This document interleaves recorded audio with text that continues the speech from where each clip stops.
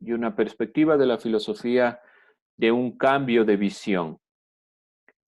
La perspectiva y la visión que hemos venido trabajando sobre la ética y las consideraciones éticas la vamos a plasmar dentro de esta nueva visión de la filosofía que debemos revisar. Y comenzamos con una pregunta. ¿Qué se entiende por placer? ¿Qué entienden ustedes por placer? ¿Qué es para ustedes el placer? ¿Alguien? ¿Alguna idea? ¿Qué se entiende? ¿Qué comprenden? ¿Qué será esto del placer? Es como una sensación de sentimiento positivo. Ya una sensación de sentimiento positivo, podemos tomarlo así. ¿Alguien más que entiende por placer? Gracias, Hola, Dayana. dice, Carlos. ¿qué te ¿Alguien más? por placer? Una No es algo con lo que te satisfacción. sientas satisfecho contigo mismo, algo con lo Ya. que te pueda sentir a gusto, feliz o alguna otra cosa buena. Bueno, sí, por ahí. Nuria, ¿qué más iba a decir? Una satisfacción. Satisfacción, ya. Tiene que ver mucho con estas consideraciones buenas. ¿Y por qué topo esta perspectiva del placer? Porque la filosofía que les decía que vamos a introducir, o la perspectiva filosófica, es el epicureísmo. Epicuro de Samos era un filósofo griego entre el 341 y el 270 a.C., que tenía una perspectiva. Decía que el placer es el principio y el fin de una vida feliz. ¿Por qué tomamos y topamos a un filósofo griego? Si ya hemos visto filosofía griega, en primero vimos las perspectivas de los griegos, las perspectivas de la filosofía europea, filosofía latinoamericana, pero esta filosofía no ha sido, y esta perspectiva filosófica sobre todo, no se ha tomado muy en serio. Se ha tomado en cuenta a Aristóteles, a Platón, a Sócrates, pero a los epicureístas se les ha dejado un poco de lado. Y esta visión es importante que se vuelva a renombrar y se vuelva a plantear, ya que principalmente habla del placer, esta visión de la perspectiva de cómo nosotros debemos guiar nuestra vida. Hablamos principalmente que la filosofía es un estudio del conocimiento, de cómo las personas aprenden, de cómo las personas van generando un nuevo conocimiento, cómo reflexionan. Pero esta filosofía particularmente nos habla sobre la vida, nos habla cómo nosotros podemos guiar nuestra vida en un sentido de cómo podríamos ser dentro de la existencia, dentro de los problemas propios que existen en la realidad. Dentro de la filosofía latinoamericana veíamos que era un cambio de perspectiva. Esta filosofía también plantea un cambio de perspectiva. Y el filósofo Epicuro plantea esta visión. ¿Cuál es uno de los cambios principales, a pesar de que seguimos hablando de Grecia? El epicureísmo es una escuela y la escuela de los epicúreos, este epicureísmo, plantea principalmente una visión diferente. ¿Quiénes podían estudiar, hablar y plantear la filosofía en la época griega? ¿Qué grupo social que nosotros hemos siempre recalcado podemos ver que hablaban en esa época? Si nosotros recordamos, ¿quiénes eran los que hablaban, opinaban? ¿Quiénes eran los que eran parte de la democracia? ¿Recordamos qué grupo? Solo había un grupo que era privilegiado, el resto no. ¿Quiénes eran ciudadanos en la antigua Grecia? ¿Alguien recuerda? ¿Quiénes eran propiamente ciudadanos en la Grecia antigua? Vamos. No eran nacidos en Grecia y mayores de 18 años. Ya, pero eran específicamente los Griegos. sí, pero los Hombres. hombres, muchas gracias. ¿Por qué hago hincapié en esto de que eran los hombres? Porque el epicureísmo es la primera escuela filosófica que admite a mujeres y a esclavos. Tienen que tomar en cuenta esto porque también se le relega dentro de la sociedad griega al epicureísmo por admitir a los esclavos y a las mujeres. Las primeras mujeres, como nosotros también vimos, como Hipatia después en Alejandría, son rezagui gracias a estas escuelas. Epicuro dice que la clave de una vida feliz es acumular la mayor cantidad de placer. Entonces, ¿qué entendemos por placer? Desde la perspectiva epicureísta, el placer está en el cuerpo, está en la visión corporal y puede traer el inconveniente de que sea muy subjetivo, de que cada individuo piense y crea que desde su punto de vista es lo correcto. Para Epicuro no.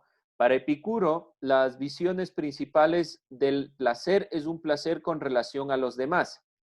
Entonces, la visión principal del placer es algo que me genere placer a mí, pero también a los demás. Y esta perspectiva, aun cuando parecía contradictoria con las leyes y la polis griega, plantea una visión diferente.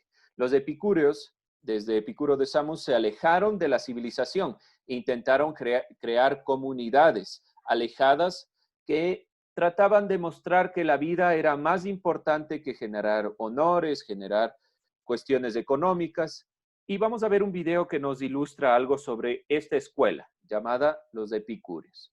Entonces vamos revisando esta perspectiva, que es principalmente lo que se nos plantea en esta visión de la filosofía. Vamos entonces revisando esta idea.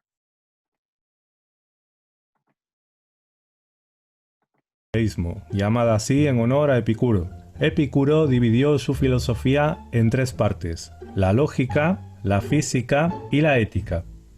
A través de la lógica pretendían distinguir lo verdadero de lo falso. Ellos pensaban que la realidad es perfectamente penetrable y cognoscible por la inteligencia del ser humano. Si recordáis, Platón había cuestionado el conocimiento del mundo sensible. Creía que la sensación nos confunde y nos aparta de lo verdadero. Pues Epicuro invierte esta posición. Solo la sensación capta el ser de modo infalible. Las sensaciones no fallan. Son objetivas y verdaderas, porque son producidas y garantizadas por la misma estructura atómica de la realidad. Con esto llegamos a la segunda parte, la física. Epicuro creía, al igual que Demócrito, que toda la realidad está formada por dos elementos fundamentales, los átomos y el vacío. Las cosas que existen son fruto de una combinación de átomos, hasta el alma se compone de átomos. La parte más importante de la filosofía epicúrea es la ética. El placer es el bien supremo.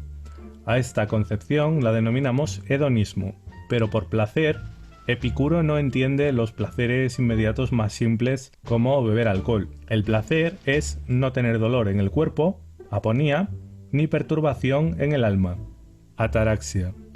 Esos dos conceptos, sobre todo, anótenlos y ténganlos presentes, que son lo más importante que vamos a ir trabajando y que desde estas perspectivas filosóficas cambian las posiciones, por ejemplo, sobre todo de la filosofía de Platón.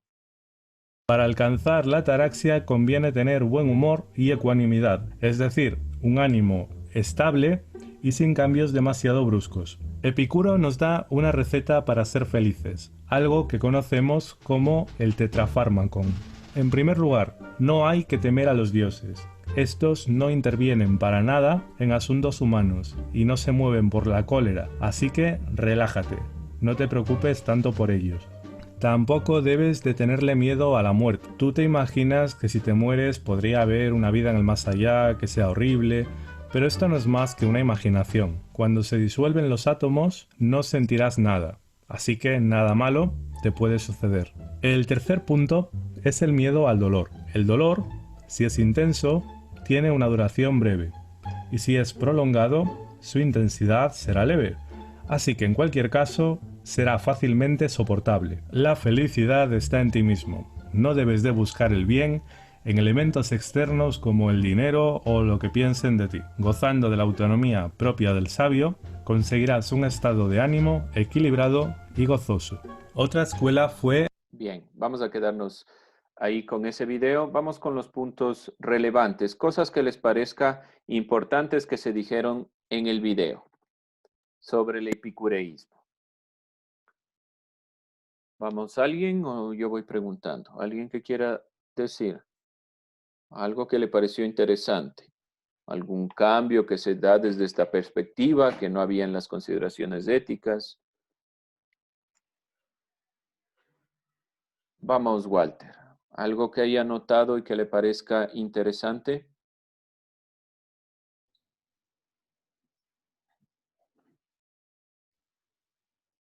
Que no hay que tenerle miedo a la muerte porque no se va a sentir nada. Eh,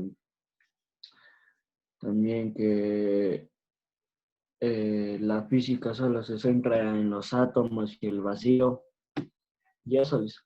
Ya bien, Walter, hay dos consideraciones relacionadas. Algo importante sobre los epicureístas y Epicuro en general es que la perspectiva de la vida está relacionada con la muerte. Si todo es material, todo es relacionado con el placer, tiene que ver con que no existe nada más allá de la muerte. Por lo tanto, no deberíamos angustiarnos. Si morimos, los átomos simplemente se disuelven, se genera un proceso natural y no hay nada más. Por lo tanto, no debería haber angustia ni por la muerte, ni por el dolor, ni por estas consideraciones netamente que se salen de las consideraciones del placer. ¿Alguien más? ¿Algo que les haya parecido interesante?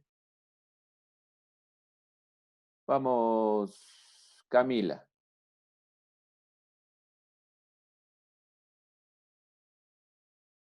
Desde su punto de vista.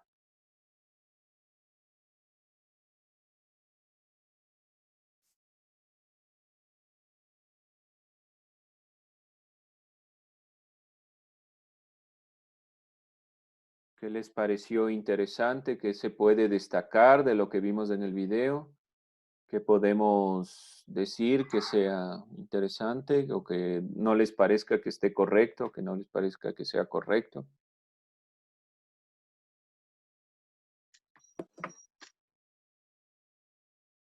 Vamos entonces, mostrando perspectivas que se puedan enunciar. ¿Nada, Camila? ¿No? ¿Una idea? Que las ideas del placer constituye el bien supremo y la meta más importante es la vida tranquila. Ya, bueno, la vida tranquila, no se olviden ataraxia. Alexandra. Que la felicidad está en uno mismo y no hay que buscar en otro lado el dinero ni el que dirán de nosotros. Muchas gracias. Un punto importante de la perspectiva desde el placer, desde la perspectiva hedonista, es que no sale de afuera, no es una perspectiva como pueden ver aquí. No, Epicuro no plantea promover el libertinaje, no promueve la visión del dinero ni de adquirir cosas para sentirme bien. ¿De dónde nace esta consideración principal de la felicidad? De nosotros. Entonces, ¿qué es ser feliz? Prácticamente es guiarme con la visión y con la perspectiva de encaminarme según mi criterio y que no es externo.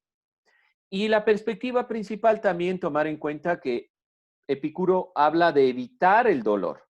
No habla solo de guiarse por el placer, sino que ese placer es evitar el dolor. Y el placer, como bien supremo, es el comienzo de toda preferencia al sentido propio. Y hay dos consideraciones. Habla del cuerpo. Epicuro habla de la aponía, de esta perspectiva de que el cuerpo tiene que estar libre de dolor, pero también habla del alma. Y ahí se introduce un concepto griego muy importante y que ha venido tratándose, pero que necesita profundidad. Ataraxia se refiere a un estado de ánimo, sereno y tranquilo. Es una de las consideraciones más difíciles en las que la filosofía, como filosofía de vida, como filosofía encaminada hacia la razón, nos cuesta llegar a la ataraxia. Porque en este estado de ánimo sereno y tranquilo yo tomo decisiones racionales y no me guío por impulsos. Esta corriente filosófica, por decirlo de alguna forma, no necesariamente una corriente como tal, dice que el estado de ánimo lo lleva a alejarse de los disturbios para alcanzar la felicidad. Si nos damos cuenta, desde la perspectiva de Epicuro, la perspectiva es llevar una vida feliz. Si nos acordamos también en Aristóteles, el fin último de todas las cosas es la felicidad. Por lo tanto, ¿cómo guiamos la felicidad? Según Epicuro, evitando el dolor, principalmente guiándonos por lo placentero, que no sea algo placentero que se vaya en contra del criterio de los demás, y tratando de alcanzar principalmente la ataraxia. Aquí hay un sentido, no se olviden, para Epicuro la perspectiva no es solo del cuerpo, también es del alma. El alma es la razón. Para los griegos, alma es la consideración de lo racional. Por lo tanto, la ataraxia es llegar a un estado de ánimo sereno y tranquilo. La aponía es cuando el cuerpo no siente o se evita todo tipo de dolor. Y la perspectiva interesante también de la escuela de Epicuro es que la ética va a determinarse por el placer. Todo criterio que yo tome será en cuanto me sea placentero y le sea placentero a los demás. Vamos con un filósofo actual, un francés, Michel Onfray, que habla principalmente de la perspectiva de Epicuro en la actualidad. Onfray plantea que la tarea central que toda persona debe asumir es centrarse en la consecución del goce y del placer. Retoma la perspectiva de Epicuro, hablando de los placeres. El placer es el principio y el fin de una vida feliz, pero le va a dar un matiz. Ya no hablará tanto de la ataraxia, sino se centrará netamente en el cuerpo. Otra cosa que deben destacar, los epicúreos, Epicuro y también Michel Onfray, son materialistas. ¿Qué significa esto? Que la realidad es material, no existe dioses, no existen consideraciones fuera del humano, no hay nada más que el humano y el humano debe guiar su propia vida. Es interesante entonces entender esta consideración. Tiene 4 puntos relevantes dentro de su perspectiva filosófica. Primero, y hablando directamente de Michel Onfray, primero, la filosofía debe ser trágica. ¿Qué quiere decir esto? Que hay que tomar en cuenta que el punto de partida es nuestra finitud. El ser humano es finito, por lo tanto, va a morir. ¿Qué opinamos sobre la perspectiva de la muerte? ¿Qué entendemos? ¿Qué es la muerte? ¿Qué es morir? ¿Qué será para ustedes? ¿O qué es, así sencillamente, qué entienden cuando se habla sobre la muerte? El fin de la vida. El fin de la vida. ¿Y qué es vivir entonces? Si es el fin de la vida. ¿Qué será vivir? Sentir. Sentir, bueno, Sensación. puede ser la sensación. Desde esta perspectiva puede ser también la sensación. ¿Qué más? ¿Qué más será? Si la muerte es el fin de la vida, entonces, ¿qué es la vida? ¿Qué entendemos por vida? ¿Alguien más? ¿Qué se les ocurre? Estos temas son a veces temas mucho más relevantes que cuestiones de, qué sé yo, de cuestiones prácticas, pero la filosofía, al fin de cuentas, trata sobre temas profundos y esto es algo que nosotros en algún momento de la vida tenemos que preguntarnos. Si soy un ser para la muerte, es decir, voy a morir necesariamente, ¿qué es entonces vivir? ¿Qué entiendo por vida? ¿Alguien más? ¿Qué se entiende desde su punto de vista, desde su criterio? Valentina, ya que ha llegado.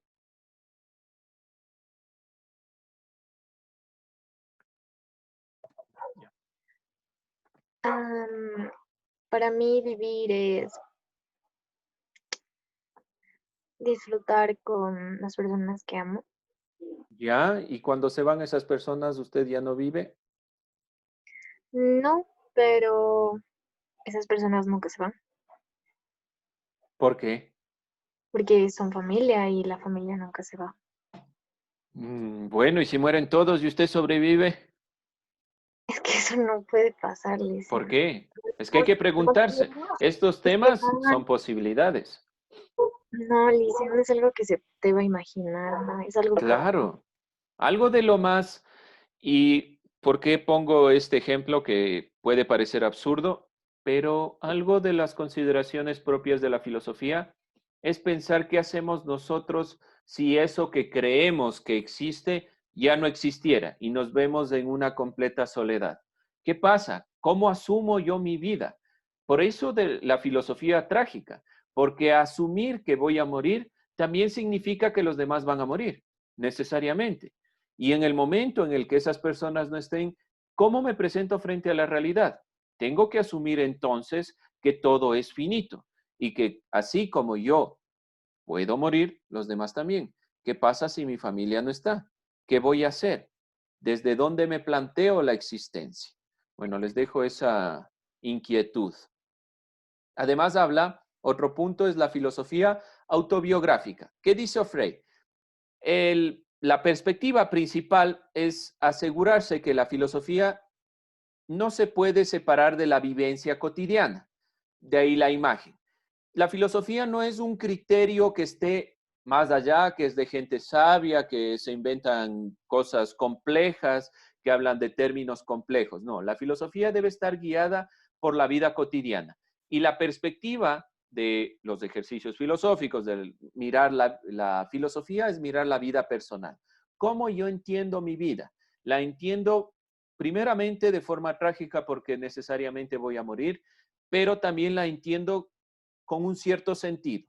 ¿Quién le da sentido a la existencia? Somos nosotros. Y desde esta perspectiva, todo lo que me genere placer y sea placentero para mí y para los demás será un camino correcto, porque es algo beneficioso. La filosofía terapéutica principalmente se piensa, o desde este pensamiento de Onfray, que la filosofía es una alternativa al sufrimiento humano, porque el fin último de la filosofía es el anhelo de encontrar la felicidad.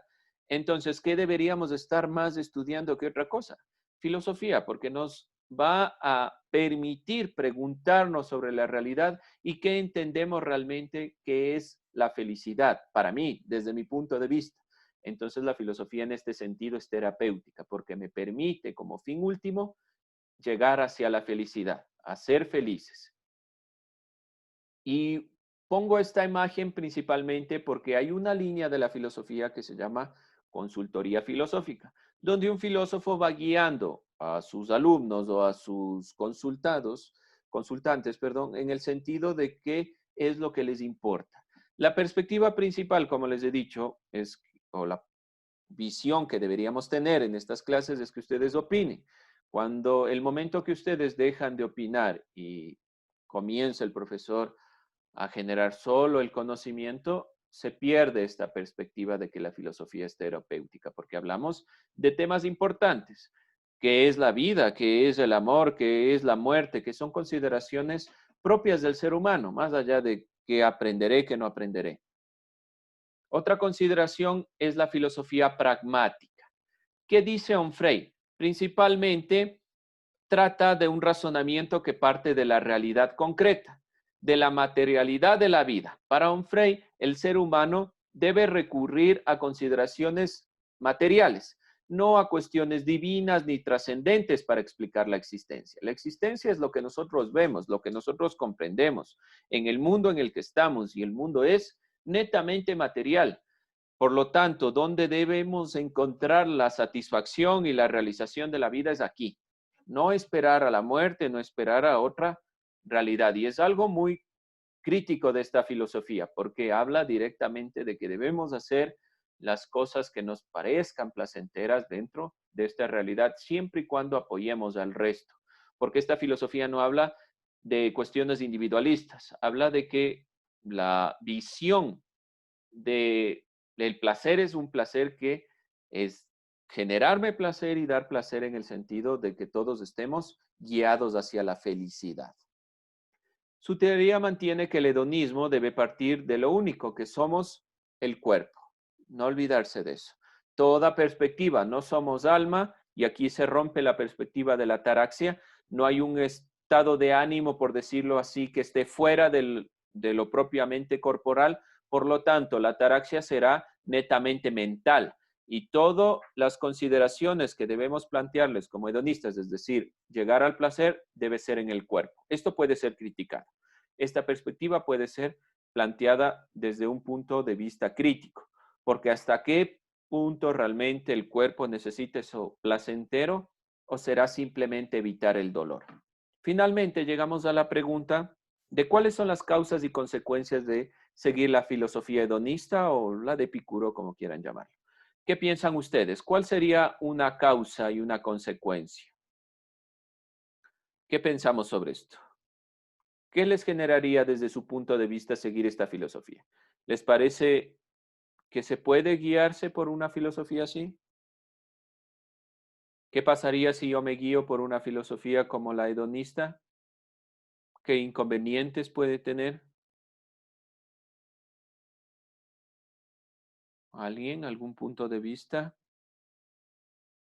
¿Qué creen sobre esta filosofía? El conocerse y aceptarse.